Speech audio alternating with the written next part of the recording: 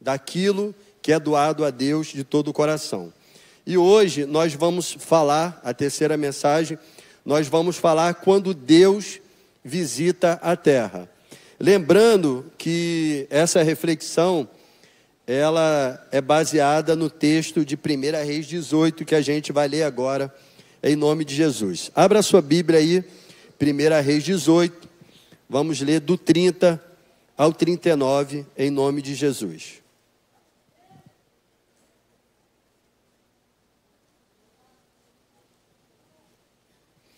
Esse episódio, ele relata aquele confronto que houve entre Elias e os profetas de Baal, Então, foi um confronto que houve ali e os profetas de Baal foram destruídos, foram mortos.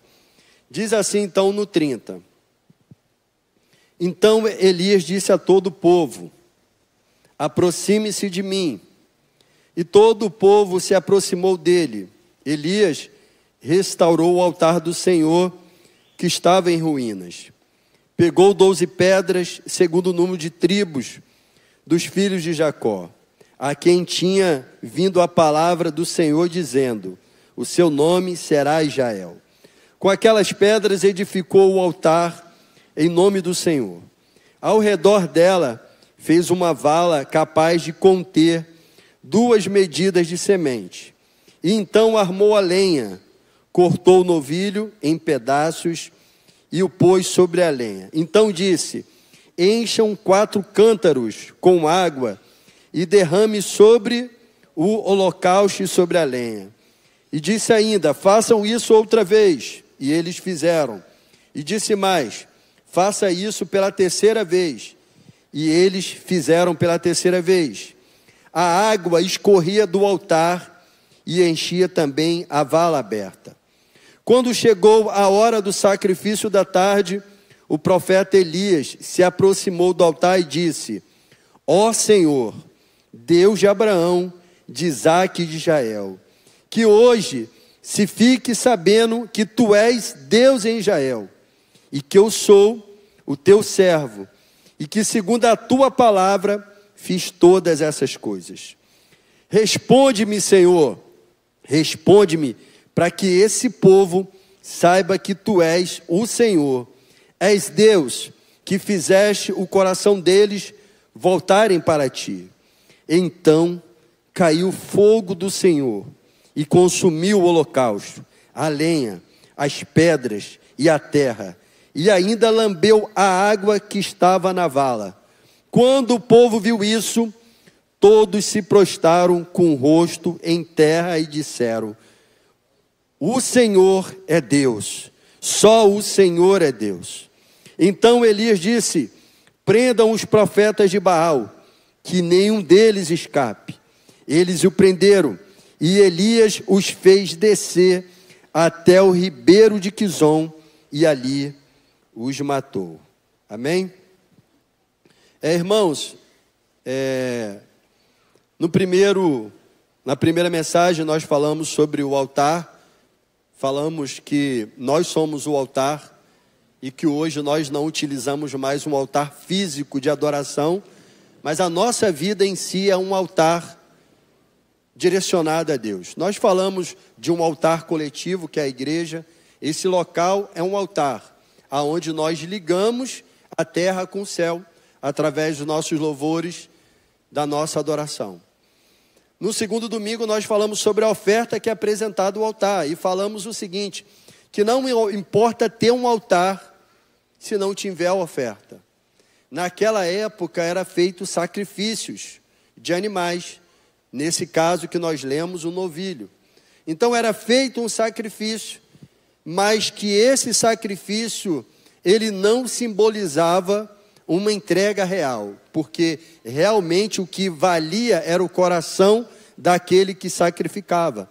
E nós falamos de 2 sacrifícios, falamos do sacrifício de Abel e Caim. 2 ofereceram sacrifícios a Deus, mas somente o de Abel foi aceito. Não porque aquilo que foi oferecido, mas por causa do coração. E falamos também sobre a oferta da viúva, que Jesus falou, olha aquela viuvinha, ela está oferecendo apenas moedas, mas existe mais importância nessas moedas do que o que os outros estão apresentando diante de Deus. Então, resumindo o que foi disso, e hoje a gente vai falar que quando a gente restaura o altar, quando a gente oferece de coração um sacrifício a Deus, Ele nos visita. Ele nos visita. Nesse episódio, a visitação de Deus veio através de algo sobrenatural. Foi o fogo que veio dos céus. Tenta imaginar comigo. O fogo vindo dos céus e consumindo aquele holocausto. Queimando o novilho, queimando a madeira, consumindo a terra e também a água que ali estava. E aí hoje a gente vai falar sobre isso, quando Deus visita, quando o Senhor está visitando a terra, baseado nesse texto que nós lemos. E a primeira coisa que a gente tem que entender, que a visitação de Deus não acontece por acaso. A visitação de Deus sempre é precedida por um sacrifício. A visitação de Deus é sempre precedida de um sacrifício. Sacrifício é um ato que abre o caminho para a manifestação da glória de Deus. E aqui no texto que nós lemos, nós vemos aqui 2 sacrifícios que foram feitos. O primeiro, o sacrifício do novilho, que foi oferecido como holocausto. Lembrando que isso não é mais um ato recorrente na nossa vida, que Cristo foi o último sacrifício feito diante de Deus. E através desse sacrifício, os nossos pecados são perdoados. Cristo foi um sacrifício permanente e único. Mas naquele contexto foi apresentado um novilho como sacrifício. Naquele contexto também foi depositado o sacrifício de água. Pastor Edenilson, como assim o sacrifício de água? No contexto bíblico dessa passagem, nós lemos que existia uma seca muito grande. 3 anos e meio. 3 anos e meio sem chover. Então aquela região já é uma região muito árida, seca. Então imagine 3 anos e meio sem chuva e sem orvalho, que diz a palavra do Senhor. Ali existia uma grande necessidade, a necessidade de água. E água, irmãos, água, ela é vida. A seca já durava 3 anos e meio. A água era o ouro líquido para aquele povo. Era o recurso mais raro que alguém poderia entregar a Deus. E Elias derrama 3 cântaros de água. 3 cântaros de água. Algo, né? Isso em 3 etapas. Ele joga, manda repetir e assim faz por 3 vezes. Então, segundo os textos que eu pesquisei, a quantidade de água que foi depositada no sacrifício, no altar de Deus, é equivalente aproximadamente a 150 litros de água. Então você imagine, 3 anos e meio sem chover, cada gota se transforma em quê? Em algo precioso. Elias então manda encher 3 cântaros, derrama, e isso totalizando no todo que foi derramado, segundo os estudiosos da palavra do Senhor, né? Existem alguns mais conservadores, mas existe algo ali unânime entre eles, em torno de 150 litros de água. Isso foi ou não sacrifício para um povo que estava 3 anos e meio sem chuva? Quem concorda diz amém. Pensa você, quando você está sem água em casa, e o teu filhinho pega aquela única água que você tem para beber e joga nas plantas. O que tu faz? Tu se desespera. Você fica desesperado. porque essa é a maior necessidade humana. E naquele contexto, irmãos, 3 anos e meio. Pensa comigo, 3 anos e meio, você abrir na torneira, 0 água, 0 orvalho. E chega um profeta de Deus e pede para derramar em torno de 150 litros. Pastor, mas essa água não poderia ser água do mar, tendo em vista que o Monte Carmelo ficava próximo do mar? Até poderia, mas se fosse a água do mar, não seria um sacrifício. O sacrifício foi em dar algo para Deus que faltava, que não tinha o recurso necessário. Esse foi o grande sacrifício. Então, o que a gente vê, irmãos? Que Deus nos visita quando há sacrifícios. E sacrifício, eu não estou falando de um sacrifício material. Você está hoje aqui, você está fazendo um sacrifício. Porque você trabalhou a semana toda. Minha coluna está aqui gritando. A semana toda trabalhando. Mas nós estamos aqui sacrificando a adoração ao nosso Deus. Isso é um sacrifício, porque o teu corpo queria estar deitadinho na cama. Eu tenho certeza disso. Eu tenho certeza disso. Então isso é um sacrifício. Então Deus nos visita quando nós fazemos sacrifícios. E a visitação de Deus é algo sobrenatural. Vamos pegar aqui alguns exemplos de sacrifícios que nós encontramos na Bíblia. Eliseu, lá em Reis 18, 1 Reis, lá em Samuel 24, em 1 Reis, Eliseu, 1 Reis 19, do 19 ao 21. Não precisa abrir não, só para, se você quiser anotar, está ali a referência. 1 Reis 19, do 19 ao 21.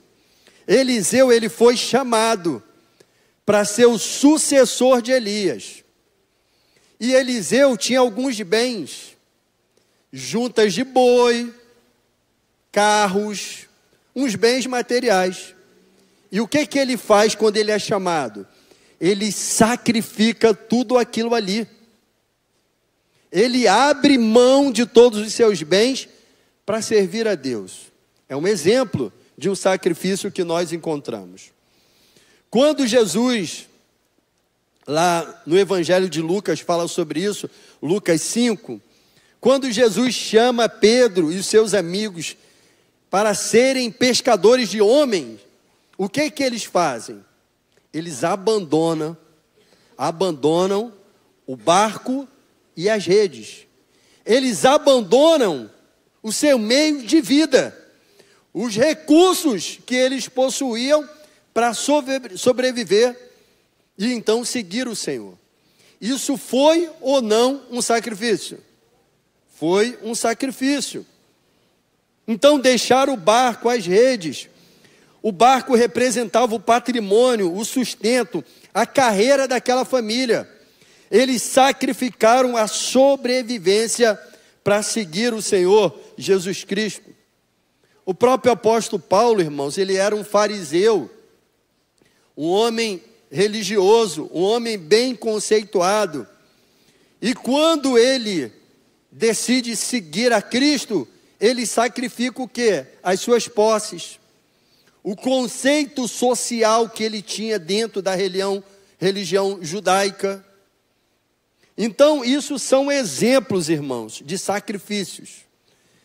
Então, nós temos que entender que Deus nos visita quando existem sacrifícios. É um dia de trabalho, você está cansado, mas eu vou para a casa do meu Deus.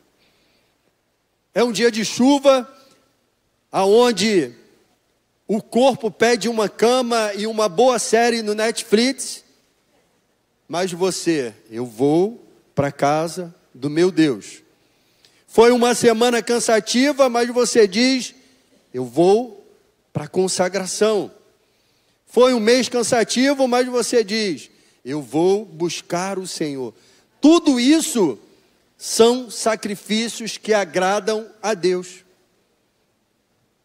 Às vezes o sacrifício que Deus nos pede é um rompimento com amizades do mundo, que não edificam a nossa vida, a nossa família, o nosso relacionamento.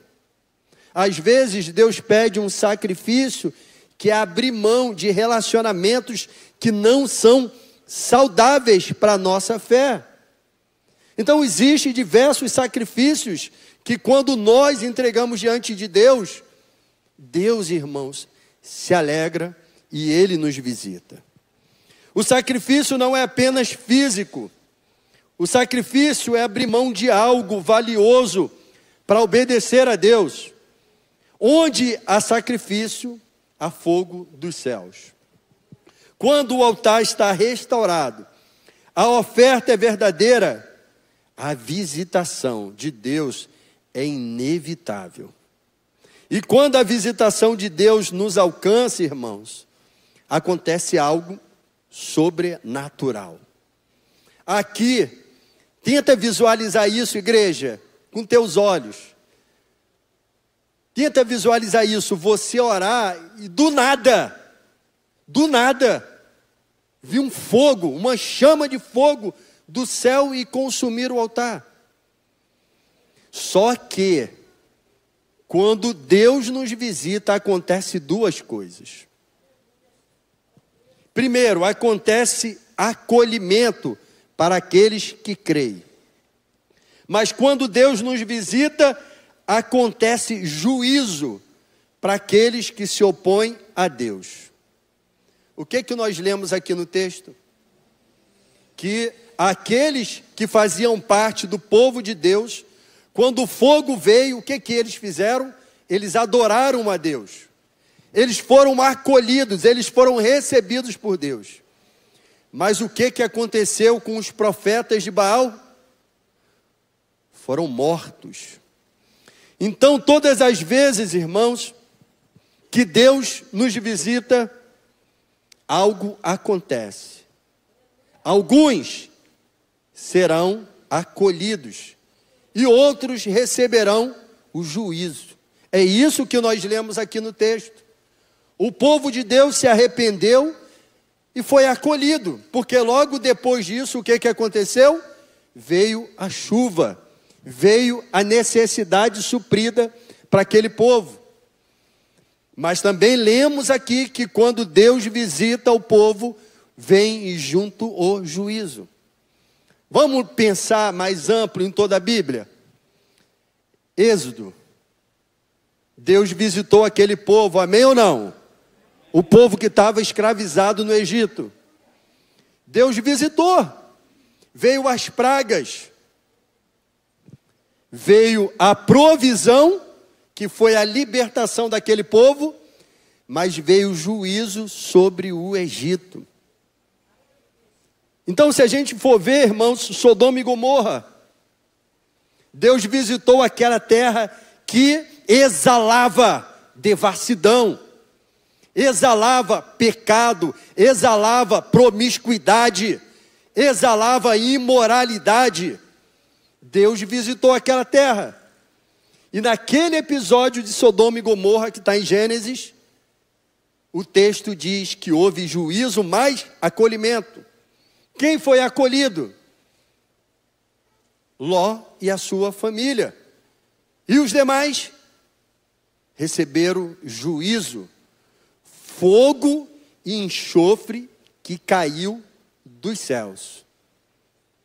A quantidade de fogo e enxofre que caiu sobre Sodoma e Gomorra foi tão grande que ainda hoje os arqueólogos, quando visitam aquela terra e fazem pesquisa naquela terra aonde havia a cidade de Sodoma e Gomorra, encontram vestígios de enxofre. Você pode ler um livro muito bom que eu aconselho para você, A Bíblia Tinha Razão, de Werner Keller, um arqueólogo, que fala sobre isso. Pesquisas científicas que mostram que a visitação de Deus em Sodoma e Gomorra foi tão poderoso, tão forte, que ainda hoje há vestígios de enxofre sobre a terra. Então, todas as vezes, irmãos, que Deus visita, alguma coisa acontece. E eu quero falar algo para você. Nós estamos aguardando uma visitação. E não é uma visitação que acontece nos cultos, não. O Espírito Santo que nos enche, que nos consola, que nos fortalece. Nós estamos esperando a vinda do Filho de Deus. E quando Ele vier, irmãos, novamente, esses episódios serão reproduzidos. E haverá um povo que será acolhido, mas haverá juízo. E esse texto eu quero ler em nome de Jesus, para que não fique nenhum tipo de dúvida. A visitação de Deus, haverá juízo. Vou ler aqui 2 Tessalonicenses, pode abrir comigo aí, fazendo um favor. Capítulo 1, do versículo 7 a 10.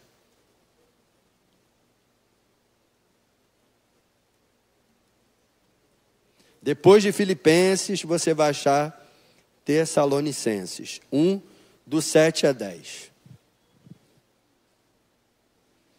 Então, estamos falando aqui que quando o altar é restaurado, quando há oferta, quando há sacrifício, a visitação é inevitável. E quando vem a visitação, acontece duas coisas: acolhimento, mas juízo. Juízo. Olha o que diz a palavra de Deus. 1 Tessalonicenses 1, do 7 ao 10. E de que vocês estão sendo atribulados? Alívio juntamente conosco.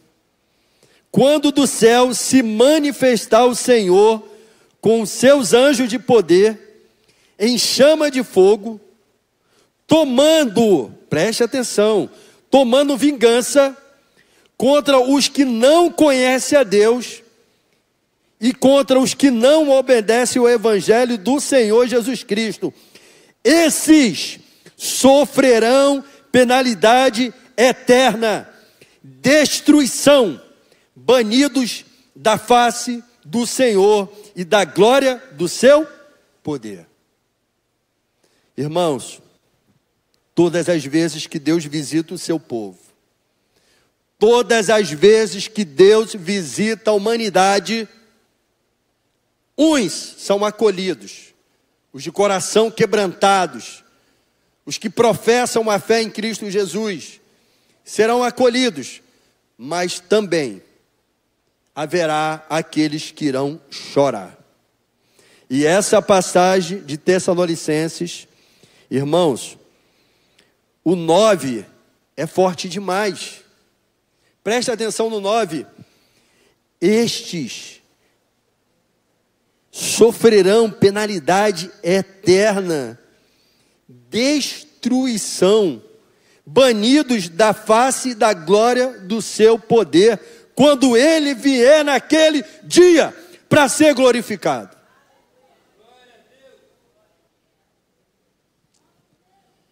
Então, irmãos, quando Deus visita, a mão vem pesada, mas também vem acolhimento para os filhos de Deus.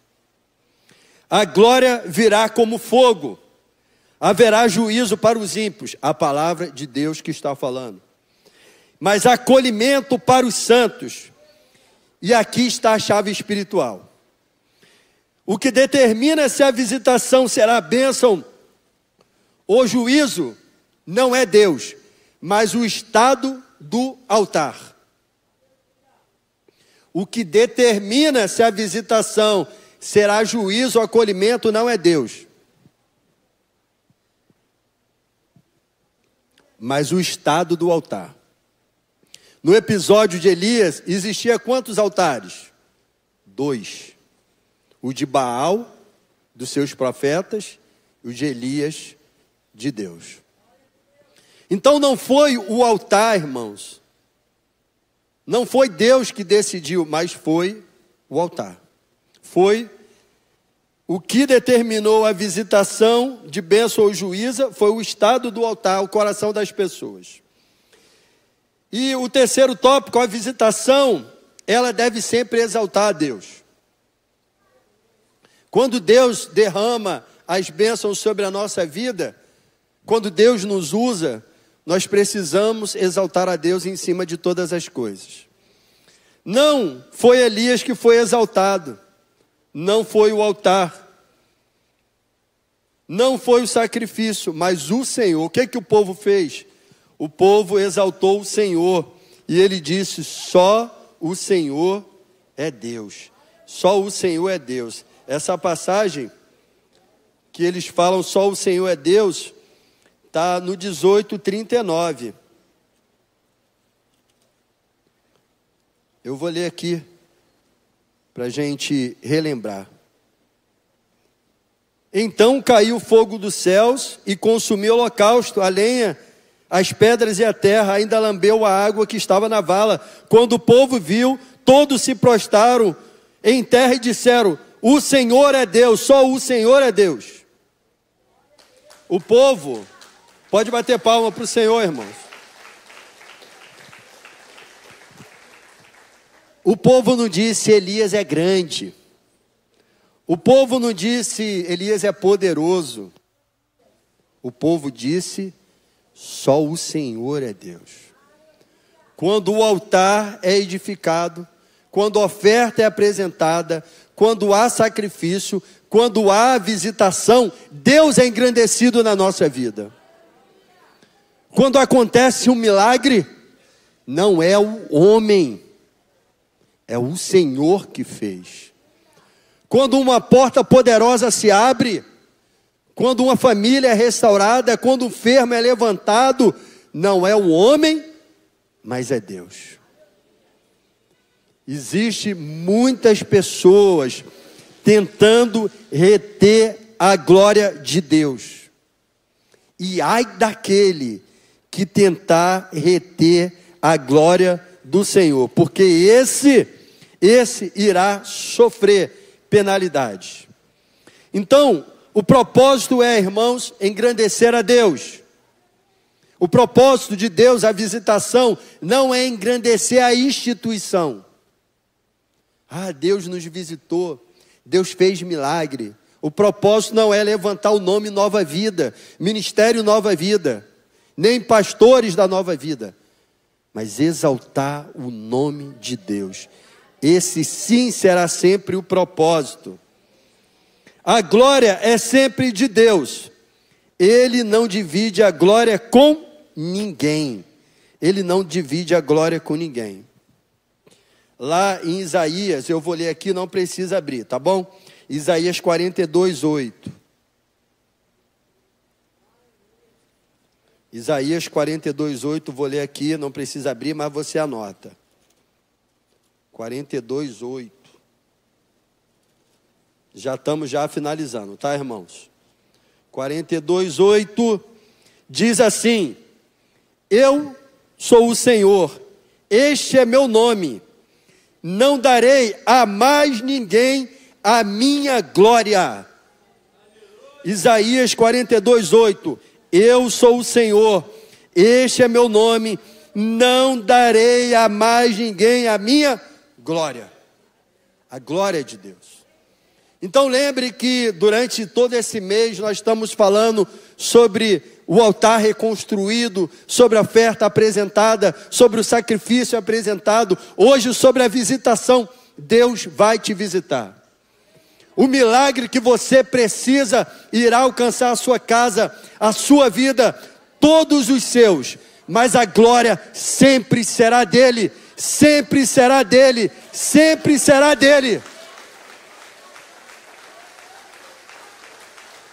Porque o Senhor não divide a glória dele com ninguém.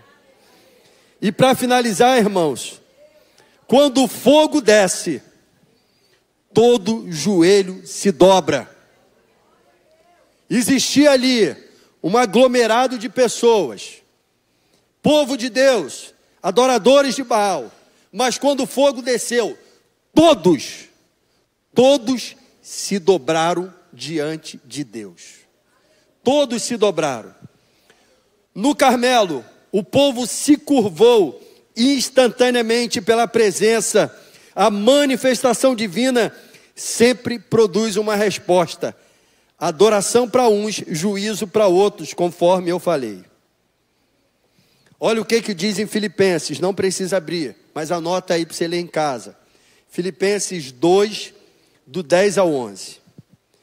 Para que o seu nome, o nome de Jesus, se dobre todo o joelho, nos céus e na terra, e debaixo da terra, e toda língua confesse que Jesus Cristo é o Senhor. Então, quando existe a manifestação do poder de Deus, quando o fogo desce, todo joelho se dobrará. No nosso contexto, no nosso mundo, o incrédulo se dobrará. O ateu se dobrará. O pecador se dobrará. O salvo se dobrará. A única diferença é que uns se dobrarão para adorar. Somos nós. Outros se dobrarão porque serão julgados. Tem pessoas dentro da sociedade, irmãos, que se acham poderosos. No mundo como todo, pessoas que, com um estalar de dedos, o mundo acaba porque eu tenho poder. Verdade. Poder de prender, poder de soltar, poder de matar, poder de vida. Existem poderosos na terra, sim. Mas esses poderosos vão se dobrar. Não tem jeito, vão se dobrar diante de Deus. Nós também nos dobraremos. Mas a diferença é que nós dobraremos para adorar. Outros se dobrarão porque serão julgados. Qual a aplicação prática para a igreja, para nós? O que nós devemos esperar? Primeiro, restaurar o nosso altar é prioridade. Restaurar a nossa relação com Deus é prioridade. Se você acha que o teu coração está frio espiritualmente, se você não tem desejo de estar na casa de Deus, se você não ora mais, se você não consagra a sua vida, você precisa restaurar a tua vida, porque isso é prioridade. Então coloque Deus no centro. Apresente a Deus uma oferta verdadeira. Lembrando que oferta não é apenas algo material, mas, irmãos, algo que é um sacrifício para você. Eu, quando era novo convertido, trabalhava em Bangu, em Deodoro. E eu era professor da escola dominical. E às vezes, eu era liberado no trabalho 5 horas, mas eu tinha que voltar para um pernoite. E calhava com a minha escala na escola dominical. Eu saía por diversas vezes de Deodoro, dia de quinta-feira, que o culto era quinta-feira.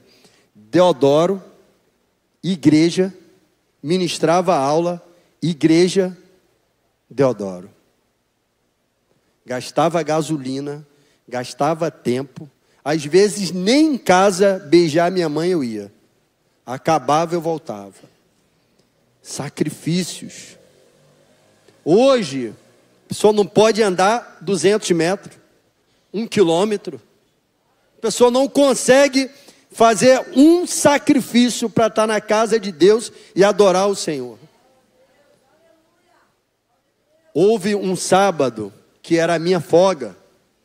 E aí eu já estava ministrando aula para adolescentes no dia de domingo. A bendita coordenação da escola dominical, que hoje é minha esposa, deu uma lição que eu fiquei o sábado todo, virei a noite preparando a lição. Falei, caraca, eu mato essa coordenação. E foi no domingo. Eu cheguei, ministrei aula, tinha muitos adolescentes, falando sobre a viagem missionária de Paulo. Nunca vou esquecer isso. E dentro das viagens missionárias eu falava que antes de botar o pé ao mundo, anunciar o evangelho, você precisa ser revestido do poder. Irmãos, crianças, adolescentes sendo visitados pelo Espírito Santo de Deus. Deus é poderoso. Quando nós nos sacrificamos, Deus nos honra. Você vai embora para casa, os músicos ficam aqui ensaiando. Vai uma, duas. No final do ano, quando tem um evento especial, vem 3, 2 vezes na semana na igreja para ensaiar. Chega em casa cansado do trabalho e ensaiar. Mas Deus se agrada disso, do nosso sacrifício. Então não é dinheiro, irmãos, é tempo, é perdão, é renúncia, é santidade, é obediência, é arrependimento. Viver dessa forma agrada a Deus e Ele nos visita, visita a nossa casa, visita vidas, visita a igreja. Então, uma conclusão, irmãos: o altar, quando ele é apresentado diante de Deus, com oferta, com sacrifício, o fogo virá. No Carmelo foi altar restaurado, oferta entregue, fogo descido. E o mesmo acontece na nossa vida. Quando há altar, somos nós, restaurados. Quando há sacrifício, quando há entrega, o fogo desce. A presença desce. Deus é glorificado, a igreja é renovada, os ídolos são destruídos e o juízo é revelado. E o coração é quebrantado. A Bíblia é clara. Todo joelho se dobrará diante da visitação de Deus. Aí eu te pergunto, para a gente encerrar aqui: quando Ele vier, Ele encontrará você em um altar para acolher ou para atrair juízo? Quando Ele vier, o Senhor encontrará você em um altar de acolhimento ou juízo? Fala para você mesmo. Não precisa me responder não. Fala para você mesmo. Feche os seus olhos. Vamos orar em nome de Jesus. Os músicos podem tomar o seu lugar, fazendo favor.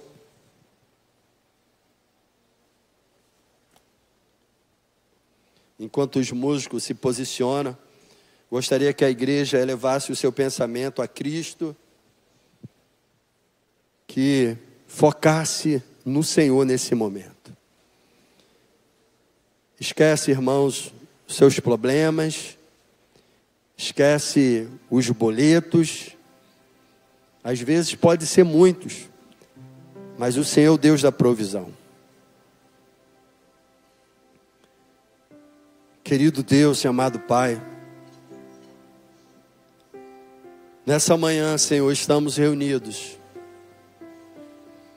primeiramente para glorificar o Teu santo nome. Falamos, ó Deus, sobre sacrifícios, sobre a visitação de Deus sobre a nossa vida. Meu Pai, o Senhor conhece cada coração aqui presente.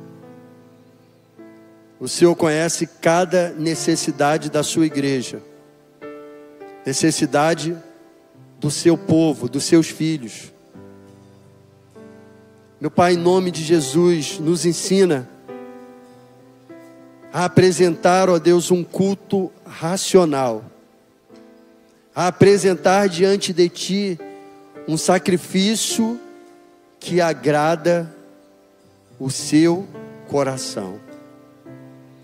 Em nome de Jesus, meu Deus, que o Espírito Santo de Deus nessa manhã esteja visitando cada coração aqui presente, manifestando a sua graça, o seu amor, que verdadeiramente hoje, nessa manhã de domingo, nós possamos ter um verdadeiro encontro contigo e preparar os nossos corações para receber a tua visitação, preparar os nossos corações para o dia mais importante dessa vida, aonde a humanidade se dobrará diante do Cristo ressurreto, que virá nas nuvens, acompanhados dos seus anjos, ao soar da última trombeta. Em nome de Jesus, Pai, prepara-nos em santidade, lava, Senhor, as nossas vestes, purifica os nossos pecados, e que a nossa oferta de adoração possa chegar diante do teu altar como incenso aromático. Assim nós oramos em o nome do Senhor Jesus Cristo. Que você diga amém. Eu gostaria que a igreja ficasse de pé para junto cantarmos esse louvor juntos em nome de Jesus. Feche os seus olhos, adore o Senhor em nome de Jesus.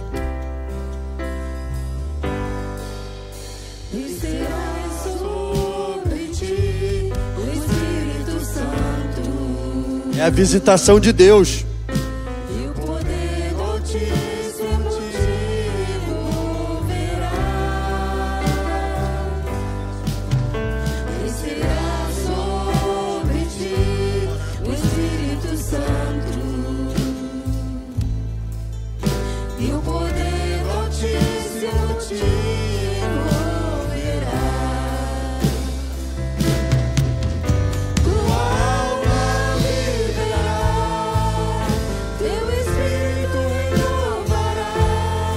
Levante as suas mãos, adore o Senhor, igreja.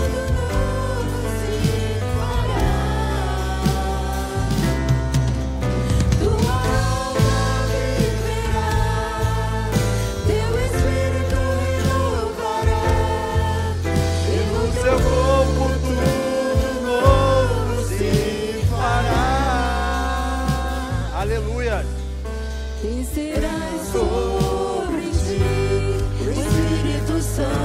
É a visitação do Senhor. E o poder do Altíssimo te envolverá. E será sobre ti o Espírito Santo. E o poder do Altíssimo te envolverá.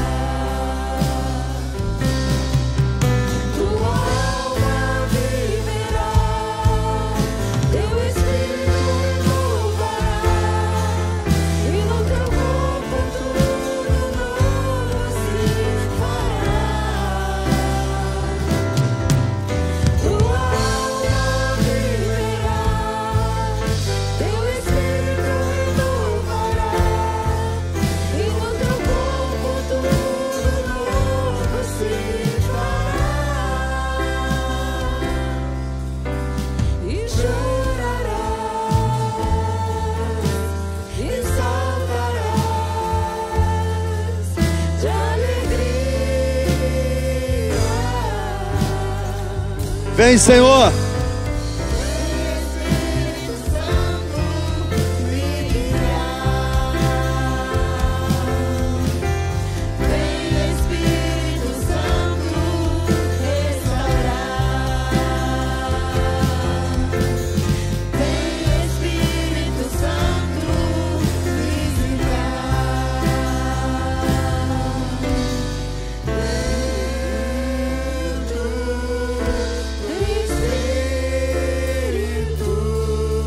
Sopra, Senhor.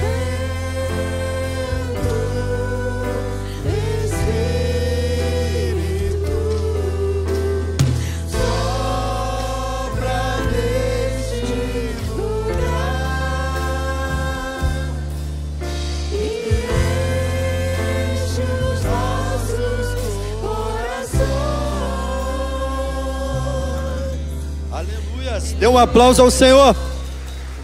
Glória a Deus, aleluias. Irmãos, Tem muita gente sobrevivendo. Você só consegue viver se você for visitado por Deus.